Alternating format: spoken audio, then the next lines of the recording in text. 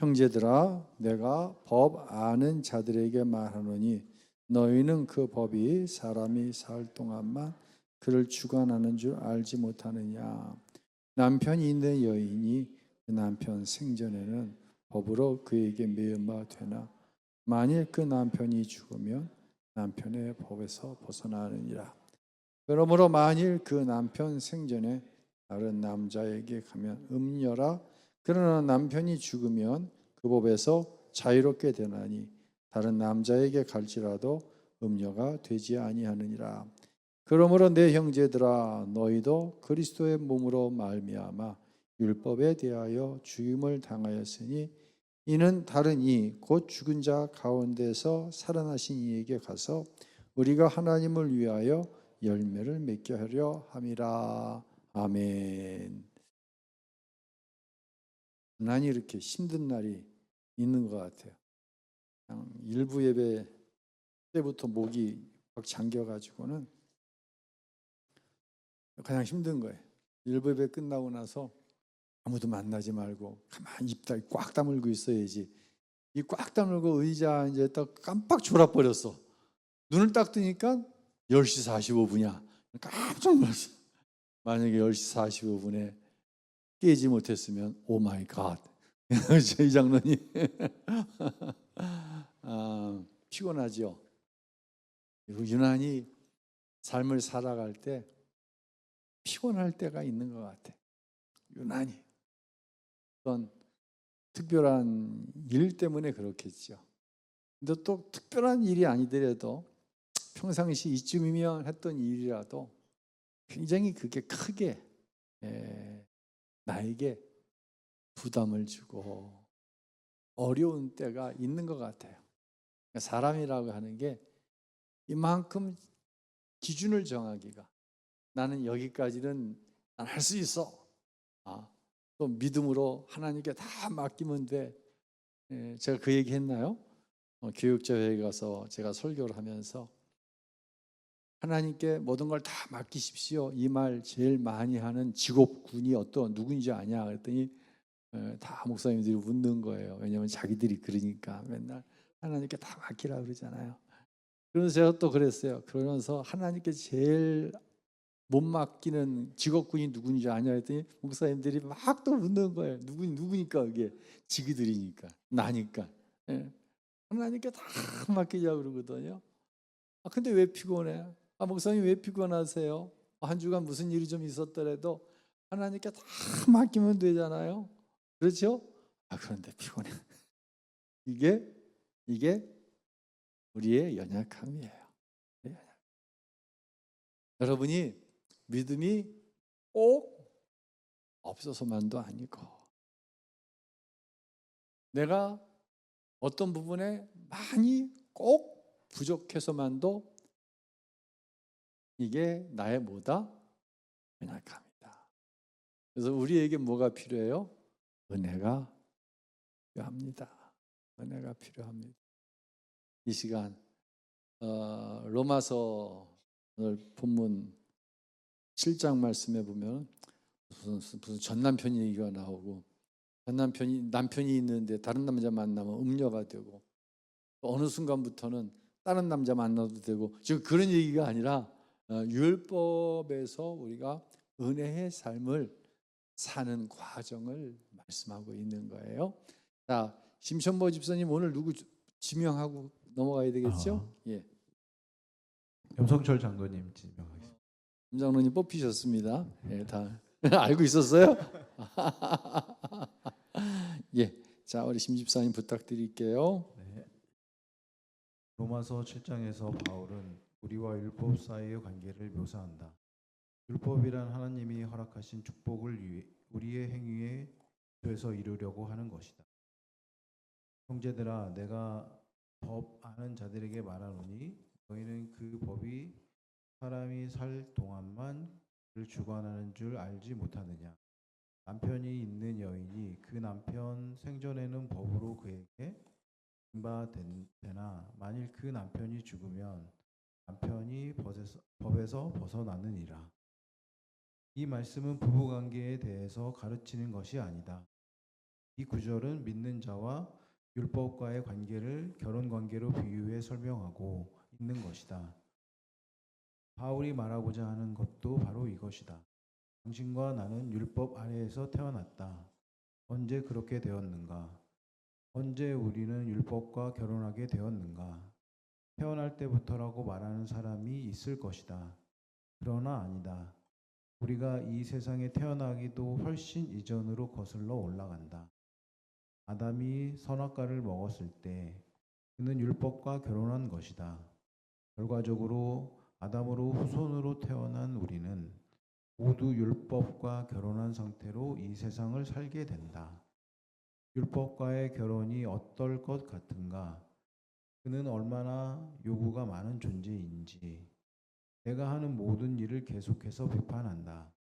내가 실패하는 모든 일을 지적하고 해야 할 일을 모두 알려준다. 또한 하지 말아야 할 일에 대해서 말한다.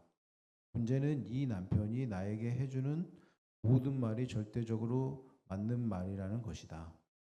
이런 완벽주의 남편과의 결혼 생활은 나를 지치고 짜증나게 한다. 남편은 말을 많이 하지만 결코 도와주지는 않는다. 그래서 이 남편을 기쁘게 하려고 더 많은 노력을 한다. 그래서 최선을 다한 다음이 이 남편의 인정을 바라면서 쳐다보면 그는 어김없이 아직도 충분치 않아. 좀 더 해야지. 이것은 했는데 저건 안 했잖아. 라고 말한다.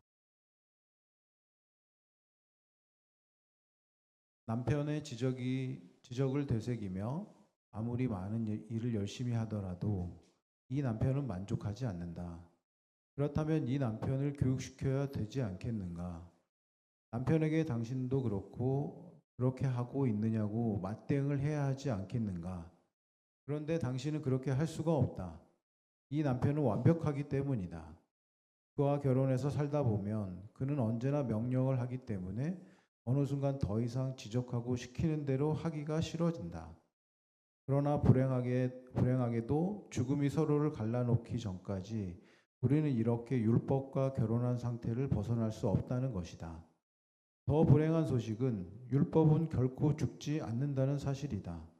이 소식은 우리에게 한 줌 남은 소망도 버리게 만든다. 하지만 낙담하고 포기하기는 이르다. 성경은 우리가 율법으로부터 자유할 수 있는 길을 가르쳐 준다. 하나님은 천국에서 우리를 내려다보시며 이렇게 말씀하신다. 나는 너희를 사랑하고 너희가 내 신부가 되기를 원한다. 나는 너희가 율법의 부인이 아니라 내 신부가 되기를 원한다. 하나님은 우리를 예수님과 함께 십자가에 못 박으셨다. 결국 아담 안에서 율법과 결혼한 옛 사람은 죽었다. 당신과 내가 죽은 것이다. 하나님이 우리를 죽이셨다. 율법은 절대로 죽지 않기 때문에 하나님은 이런 방법으로 우리를 새롭게 태어나게 하시고 우리에게 청혼하신 것이다. 이것이 로마서 7장 4절에서 말하는 내용이다. 예, 이런 내용이에요. 부부가 살아가는 거예요. 남편이 완벽주의자예요. 근데 완벽주의자도 완벽을 추구하지만 자기는 완벽하지 않을 수 있어요. 근데 문제는 뭐냐면 이 남편은 완벽주의자일 뿐만 아니라 완벽해요. 이 율법주의자가 생각하는 하나님이 그렇다는 거예요. 하나님은 완벽하신 거예요. 그래서 이 남편에게 하고 살아가면서 남편을 기쁘게 하기 위해서 남편의 이 완벽주의에 맞춰서 열심히 최선을 다해서 살아가는 거예요. 어떤 때는 내 힘에 부치는데 남편을 기쁘게 하기 위해서 내 힘 이상으로 무엇인가를 했어요. 그러면 남편이 당신 대단한데 참 훌륭하네, 참 멋져, 난 당신하고 결혼하기를 참 잘했어, 이러는 것이 아니라 당신 그 정도 갖고는 안 돼, 더 이상의 것을 해야지, 그러면서 더 완벽한 것을 요청한다고 하는 거예요. 그러면 최선의 이상의 힘을 기울여서 남편을 기쁘게 하기 위해 노력했던 부인은 어떤 쪽으로 가는 거예요? 흔히 이야기하는 탈진하게 되는 거예요. 지치게 되는 거예요. 그래, 남편이 더 높은 수준을 요구하니까 좀 더 힘을 내야지. 힘을 냅니다. 힘을 내는 이 안에 기쁨이 있어요? 없어요? 여러분은 기쁘신가 봐. 예, 지난주 사용했던 단어, 제 4강의 단어로 얘기하면 이 열심의 자유함이 있어요? 없어요? 자유함이 없는 거예요. 자유함이 없으면 기쁨도 없어요. 그런데 이 남편은 참 부인을 불행하게 하는 게 뭐냐면 좀 빨리 죽지. 아유, 저거 죽지도 않아. 천국 가서 제일 다행스러운 게 뭐냐면 저 인간하고 나하고 부부로 만나지 않고 정도로 만난다는 게 얼마나 감사한지 몰라. 왜? 아우, 천국 가서도 저 인간하고 살면, 저 인간하고 부부로 만나면 얼마나 힘들까. 근데 이 율법이라고 하는 남편은 죽지도 않는 거예요. 그러니 내게 소망이 있어요, 없어요? 소망이 없는 거예요. 소망이 없는 거예요. 지금 남편으로만 얘기하니까 부인된 여러분들은 딱 그냥 넋을 놓고 편안하게 생각하는데, 부인인 내가 그렇다고 한다면 남편은 부인이 어떻게 되길 원한다? 죽기를 원한다. 근데 부인은 절대로 죽는다, 안 죽는다? 안 죽는다. 율법은 안 죽는다. 율법이 죽지 않으니 어떻게 하는 방법밖에 없어요? 남편을 바꾸는 수밖에 없는 거예요. 근데 남편을 세상에서 바꾸면 뭐라고 그래요? 딴 남편에게 결혼하면 음녀라고 그런다. 로마서 7장에 그렇게 표현을 해주고 있는 거예요. 우리는 태어나면서부터 율법이라고 하는 남편하고 살아왔어요. 좀 더 열심히 해요. 좀 더 열심히 했는데 자유함이 없어요. 기쁨도 없어요. 이것이 바로 율법 안에 갇혀 있는 사람의 모습입니다. 라고 비유로 말하고 있는 거예요. 자, 로마서 7장 4절 우리 다 같이 한번 읽어봅시다. 그러므로 내 형제들아 너희도 그리스도의 몸으로 말미암아 율법에 대하여 죽임을 당하였으니 이는 다른 이 곧 죽은 자 가운데서 살아나신 이에게 가서 우리가 하나님을 위하여 열매를 맺게 하려 함이라. 남편은 죽지 않아요. 그러나 그 남편에 대하여 죽임을 당하는 거예요. 남편이 있으나 남편에게 관계당하지 않는 거예요. 자, 계속 한번 읽어주세요. 우리는 이처럼 죽음을 통해서 새롭게 태어나는데 이것은 구원받기 전과는 완전히 다른 새로운 사람이 되는 것을 의미한다. 하나님은 우리를 구원하실 때 우리를 적당히 바꾸는 것이 아니라 완전히 새로운 사람으로 바꾸신다. 누구든지 그리스도 안에 있으면 새로운 피조물이라. 고린도후서 5장 17절. 창조라는 말은 무대에서 유를 만들어내는 것을 뜻한다. 하나님은 우리를 변화시킨 것이 아니라 새롭게 하셨다.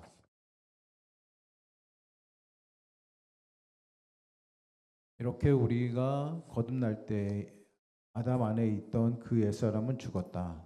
이제 우리는 온전히 새로운 사람이 되어 예수님과 결혼한 신부이다. 은혜와의 결혼은 율법과의 결혼과 차원이 다르다. 자, 율법과 헤어졌어요. 그리고 누구와 결혼했어요? 예수님과. 예수님과 결혼했다는 말을 은혜와 결혼했다 라고 이제 표현하고 있는 거예요. 자, 계속 읽어주세요. 율법은 우리에게 무엇을 하라고 명령하지만 은혜는 우리를 바라보면서 기뻐하고 우리에게 사랑을 쏟아붓는다. 그는 우리를 바라보며 감탄한다. 무언가 해야 할 때도 신실한 은혜는 우리와 함께한다. 그는 우리를 통해서 그 일을 한다. 그는 무거운 짐을 진 우리를 보면 번쩍 들어 올려 안아준다. 은혜는 우리에게 딱 한 가지를 원한다. 그것이 무엇인지 아는가? 그건 우리가 예수님의 사랑을 받아들이는 것이다. 이 남편의 사랑을 받으면 자연스럽게 그를 섬기게 된다. 그분의 사랑을 받아들이고 새로운 피조물로 거듭나면 우리는 그분을 사랑할 수 있게 된다. 우리가 하는 모든 것으로 그분을 영화롭게 하고 싶어진다. 그런데 문제가 있다. 여전히 우리는 과거의 사고방식에 사로잡혀 있는 것이다. 이제 우리는 은혜와 결혼했는데도 불구하고 여전히 옛 남편인 율법과 새로운 남편이 다르지 않을 거라고 생각한다. 은혜도 율법처럼 우리를 정죄하고 비난할 거라고 오해한다. 예. 이제 이게 우리가 가지고 있는 어떤 딜레마, 뭐라고 표현해야 될까요? 우리가 스스로 느끼고 있는 이제 모순이죠. 분명히 은혜와 결혼을 했어요. 율법은 야 그거밖에 못해? 더 할 수 있잖아. 나를 더 사랑해. 나를 위해서 더 열심히 해. 이렇게 했는데 예수님을 영접하고 율법과 이별을 했더니 은혜가 내 안에 들어와서 한 가지만 요청을 하는 거예요. 이거 요구가 아니에요. 나에게 요청을 하는 거예요. 나를 어떻게 하면 돼? 사랑하면 돼. 네가 나를 향해서 예수님께서 네가 나를 사랑했으면 좋겠어. 다른 걸 원하시는 게 아무것도. 네가 내 안에 있었으면 좋겠어. 예수님을 사랑하니 어떻게 돼요? 예수를 위해 기쁨으로 살고 예수를 위해 죽는 것도 자유함이 있는 거예요. 뭘로 살아요? 기쁨으로 살고. 죽는다고 해도 뭐가 있어요? 자유함이 있어요. 이게 무엇의 정체예요? 바로 사랑의 정체다. 예수님을 사랑하는 것에 대한 정체다. 그런데 어떤 때는 은혜로 살고 어떤 때는 뭐로 살아요? 율법으로 살아요. 이게 우리의 딜레마. 이게 스스로가 힘들어하는 모습이라는 거예요. 어떤 것은 예수님을 사랑하는 마음으로 하지만 어떤 것은 그렇게 하지 않으면 복을 받지 못할 것 같아. 하나님 앞에 책망당할 것 같으니까 하는 거예요. 예수님을 사랑해서 하는 일은 항상 기쁨과 감격이 있는데 아직도 율법의 요구에서 벗어나지 못해서 이렇게 하지 않으면 복을 받지 못할 것 같아. 이런 일에는 뭐가 없다? 기쁨도 없고 자유함도 없다. 그래서 가장 큰 예수를 믿으면서 축복은 예수님을 사랑하는 거예요. 예수님 안에 내주하는 것이. 이것을 가리켜서 지난주에 새 것이 되었다고 하는 것은 성향, 경향이 바뀌었다. 10년 전에 만났던 너는 이런 성향의 사람이었는데 여전히 착하고 여전히 모범적이었는데 그때 내 안에 그런 기쁨과 감사를 볼 수가 없었어. 근데 여전히 너는 착하고 여전히 너는 모범적이야. 그런데 네 안에 내가 가지고 있지 않은 오히려 기뻐하고 감사할 것으로 따지면 물질적으로나 건강에 있어서나 가족들에 있어서나 내가 훨씬 더 양질의 것을 가지고 있는데 너는 그렇지 못한데 나보다 훨씬 더 기뻐하고 비교할 수 없는 감사와 자유함이 네 안에 있어. 네 성향이 바뀌었어. 내 경향이 완전히 바뀌었네. 이것이 새 것이라는 거예요. 정죄함이 있다 없다? 없는 거예요. 율법의 특징은 뭐예요? 끊임없이 정죄하는 거예요. 너 왜 그거밖에 못해? 라고 정죄하는 거예요. 끊임없이. 그런데 우리 안에 은혜로 살고 있는 우리 안에 나를 힘들게 하는 게 뭐예요? 내 안에 누군가를 향한 무엇을 향한 정죄가 있다 없다? 있다는 거예요. 이게 우리를 힘들게 하는 거예요.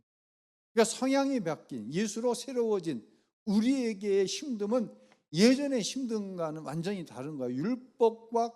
율법을 남편 삼아 살 때의 힘듦과는 완전히 다른 거예요.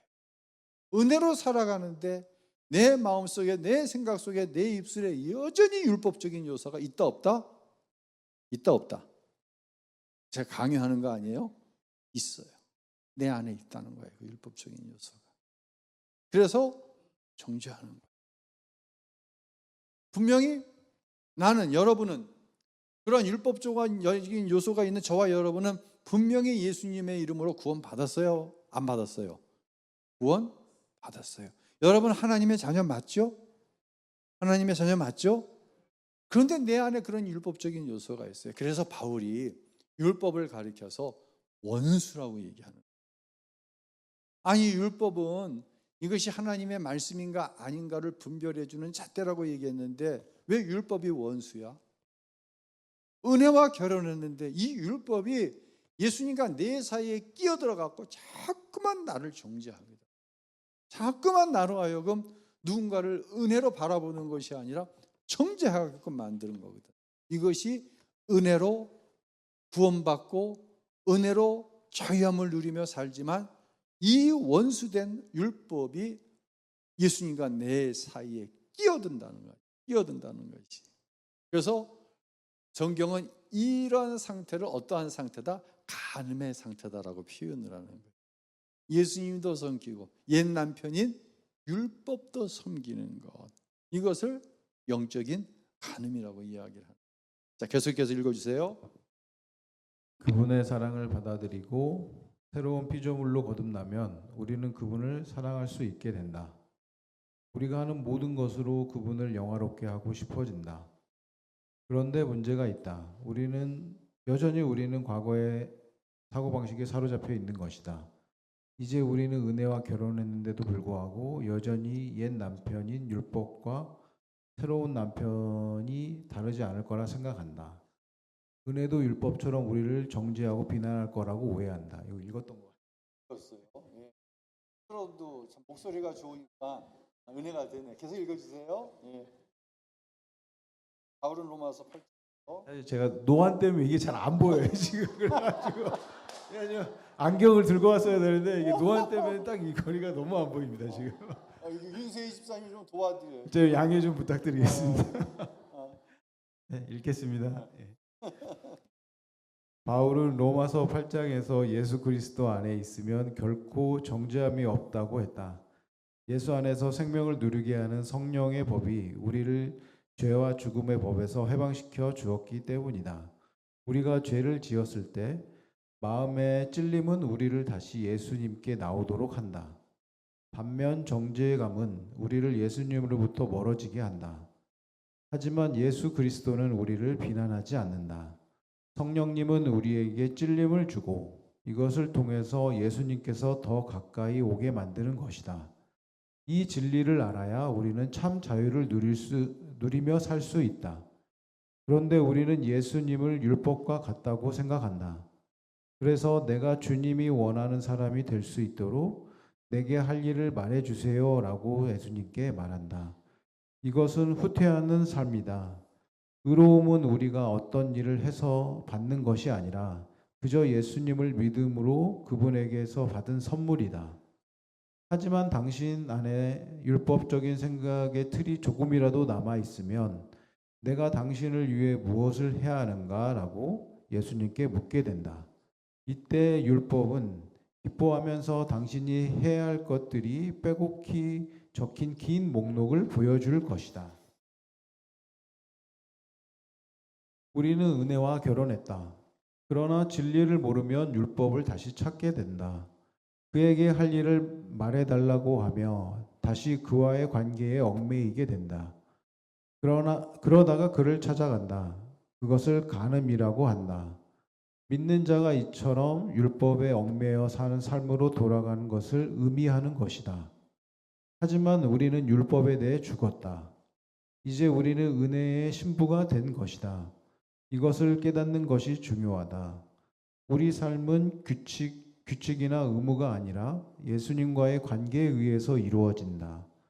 이렇게 새로워진 우리가 율법에 따라 살려고 하면 온갖 갈등을 겪게 된다. 우리가 그리스도 안에 거하는 대신 율법을 지키려고 애쓰게 되면 율법은 우리의 죄를 더욱 부추긴다. 5절로 7절 읽어보겠습니다.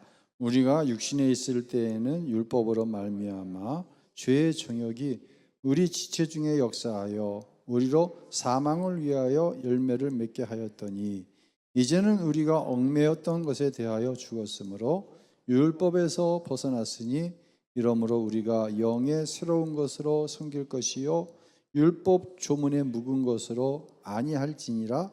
그런즉 우리가 무슨 말을 하리요 율법이 죄냐 그럴 수 없느니라. 계속 읽어주시죠.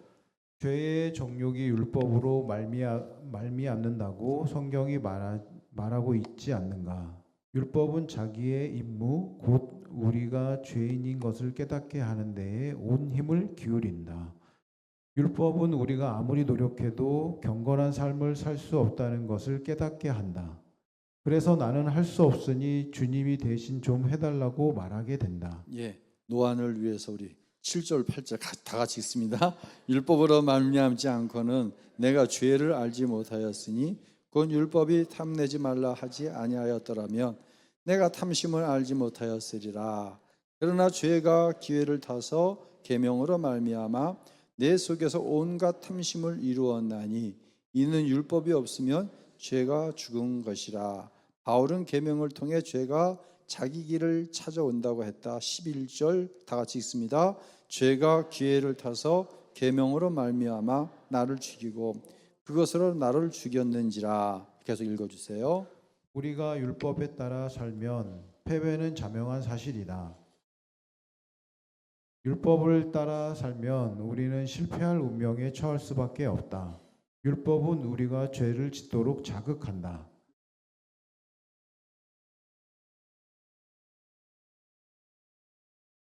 고린도전서 15장 56절 읽습니다. 사망이 쏘는 것은 죄요 죄의 권능은 율법이라. 오늘 여기까지만 진도를 나갈게요.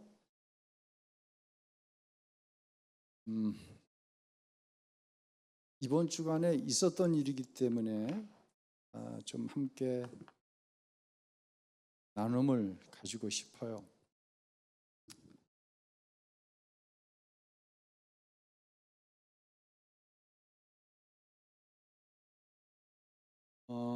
사실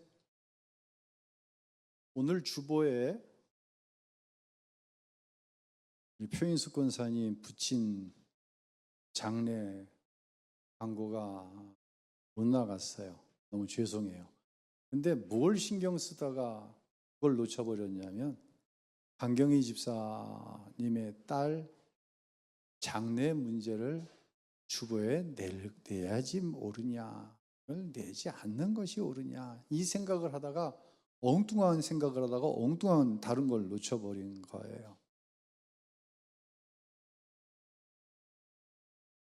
지난 금요일 설교 시간에 혹시 여러분이 오해를 할 수 있을까 해서 좀 드리는 말씀입니다. 자살은 안 됩니다. 자살은 하나님이 굉장히 싫어하시는 것입니다. 그런데 자살을 하면 지옥에 간다라고 하는 말이 성경 어느 곳에도 없습니다. 우리가 자살하면 누구를 생각하면 가룟 유다를 생각합니다. 가룟 유다가 지옥에 갔을까 천국에 갔을까 라고 생각을 한다면 아마 대부분의 사람들은 가룟 유다는 자살을 해서 지옥에 갔어 그렇게 배웠고 그렇게 생각하게 됩니다. 그 생각 자체는 잘못된 생각이요 이상한 생각도 아니라고 생각하는 것이 일반적인 생각입니다. 그러니까 자살은 안 됩니다. 십계명에도 보면 살인하지 말라고 그랬는데 이것을 어떻게 자살과 연결을 시켜왔냐면 다른 사람을 죽이는 것도 살인이지만 하나님의 형상대로 지은 바 되어진 내 육체를 스스로 죽음 가운데 모으는 것도 살인이다. 그렇기 때문에 이것은 자살은 살인, 자기 스스로를 살인하는 것에 해당하기 때문에 이건 지옥에 간다. 용서받지 못한다. 이것이 제가 어려서 교회 안에서의 전반적인 흐름이었습니다. 그리고 목회를 제가 올해 40년 가까이 하면서 교회 안에서 내가 목회하고 있는 교회에 적을 두고 있는 누군가가 자살을 한 일이 없었어요. 그래서 깊이 심각하게 생각하지 않았어요. 근데 이번에 그 일을 내 일로 이게 온 거예요. 당황스럽더라고요. 아마 제 피곤함의 절반은 거기서부터 지금 온 것 같아요. 그 숙제를 푼 것은 금요일 날 제가 어떻게 그 숙제를 풀었나라고 말씀을 드렸기 때문에 더 설명은 안 드릴게요. 그런데 율법과 갈라서고 은혜의 법 안에서 성향과 경향이 달라졌어요. 성경은 이야기해요. 우리가 얻은 구원은 행위에서 난 것이 아니라 이것은 오직 십자가의 은혜이기 때문에 자랑할 것이 있다 없다? 자랑할 것이 없다는 거예요. 내가 무엇을 했기 때문에 구원받은 게 아니에요. 율법으로 구원받은 것이 아니에요. 은혜로 구원받은 것이에요. 그런 말씀을 드렸잖아요. 내 안에 자살? 이거는 자칫 잘못하면은 이 죽음을 미화시키면 이걸 지나친 은혜로 포장해 버리면은 교회 안에 똑같은 일이 일어날 수 있어.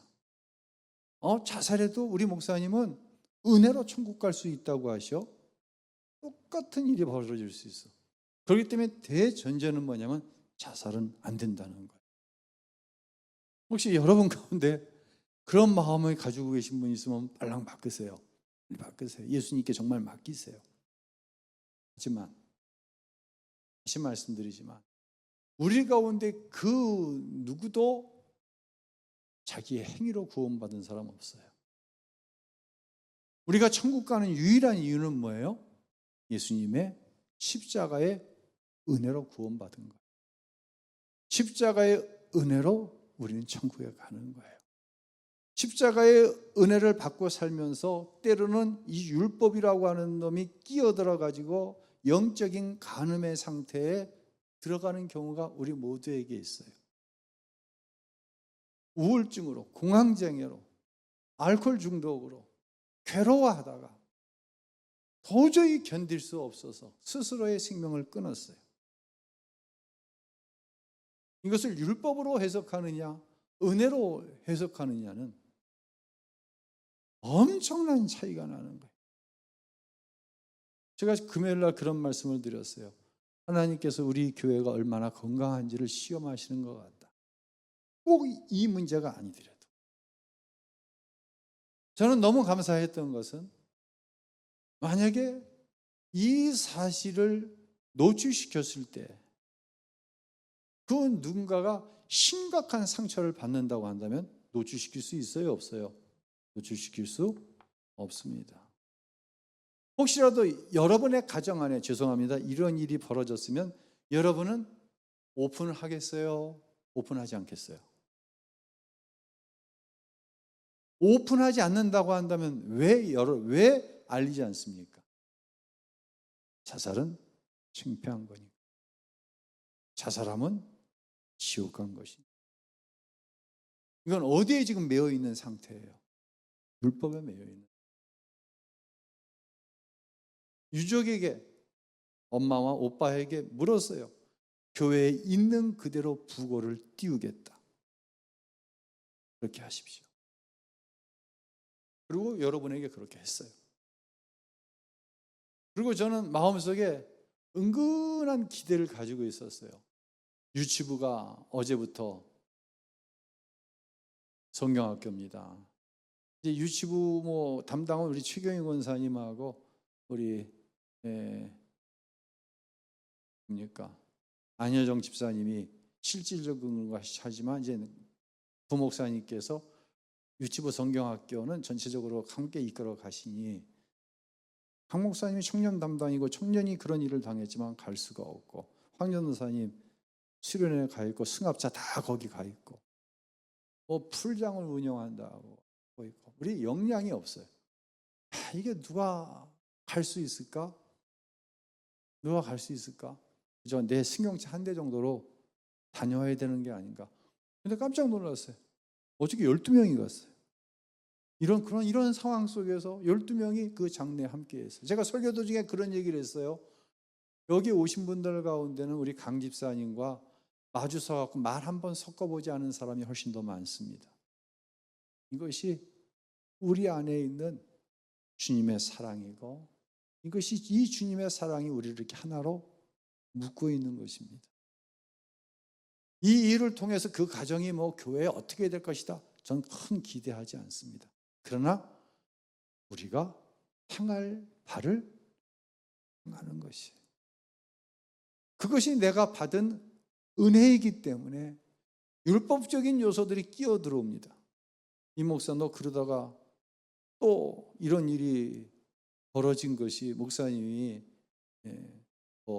자살해도 예배 드려주고 자살해도 그건 하나님께서 지옥이냐 천국이냐는 그건 하나님께서 결정하실 문제지 우리는 모두가 은혜로 구원받은 자 아닙니까? 그 극단적인 선택을 한 자매도 어느 순간 예수를 그리스도로 영접한 경험이 있다고 한다. 그가 그 고통 중에 스스로 잘못된 선택을 해서 비록 죽음을 당했지만 그 결정권은 우리에게 있는 것이 아닙니다. 어떻게 그럴 수가 있어? 정죄할 것이 없다는 거예요. 그래서 하나님이 우리 교회가 얼마나 건강한지 꼭 이 문제가 아니더라도 어떤 일이 일어나고 있고 앞으로 어떤 일이 벌어질 수도 있는데 우리 교회가 은혜 안에서 건강한 교회인지 아니면 우리 교회가 율법으로 세워진 교회인지 이것은 우리가 충분히 판단할 수 있어요, 없어요? 있다고 하는 거예요. 사랑하는 성도 여러분, 우리 모두가 다 같이 바라는 것은 우리는 은혜 안에 세워졌고 은혜로 살기를 원합니다. 그런데 원수된 율법이 끼어들어올 때가 있어요. 정말 영적으로 분별을 해야 된다라고 하는 이야기들을 하는데요. 영적으로 분별해야 될 것은 마귀가 하는 짓인지 하나님이 하시는 일인지 이런 경우도 있어요. 근데 우리 안에 그런 일이 벌어지는 것은 마귀가 하는 일인지 하나님이 하시는 일인지 이건 우리가 판단하는 일의 10 내지 20%밖에 안 돼요. 대부분 80-90%의 일은 율법에 속한 것인지 은혜에 속한 것인지 이 일이에요. 이 일. 교회가 건강하게 세워져 모든 사람을 품는 은혜로운 교회인지 아니면 이거 마귀가 역사 안 해? 아니에요. 그거 아니에요. 원수인 율법이 역사하는 거예요. 이게 80%예요. 마귀의 역사. 그게 있어요. 대부분의 것은 은혜냐 율법이냐. 근데 이것이 하나님이 하시는 일과 마귀가 하는 일만큼의 차이가 난대요. 그리고 실제적으로 마귀는 오늘날 근사한 모습을 가지고 우리 안에 틈을 탑니다. 교회 안에 틈을 타고요. 부부지간에 틈을 타고요. 부모의 자식 간에 틈을 타고요. 목사와 성도 간에 틈을 탑니다. 마귀가 무엇을 가지고? 율법을 가지고.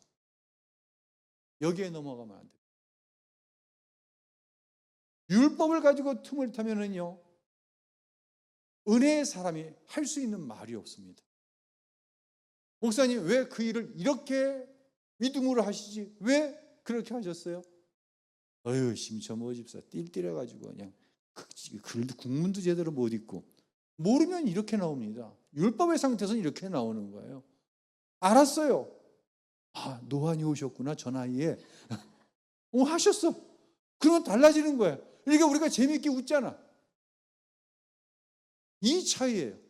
은혜가 왔느냐 여전히 율법의 상태냐, 이건 이 정도의 차이가 나는 거예요. 그래서 우리가 기도할 때 말씀을 들을 때 항상 이제 분별할 수 있는 굉장히 중요합니다. 마귀의 역사냐 하나님의 역사냐 이것도 분별해내야 되지만 무엇과 무엇을 분별해야 된다? 은혜와 율법을 분별해.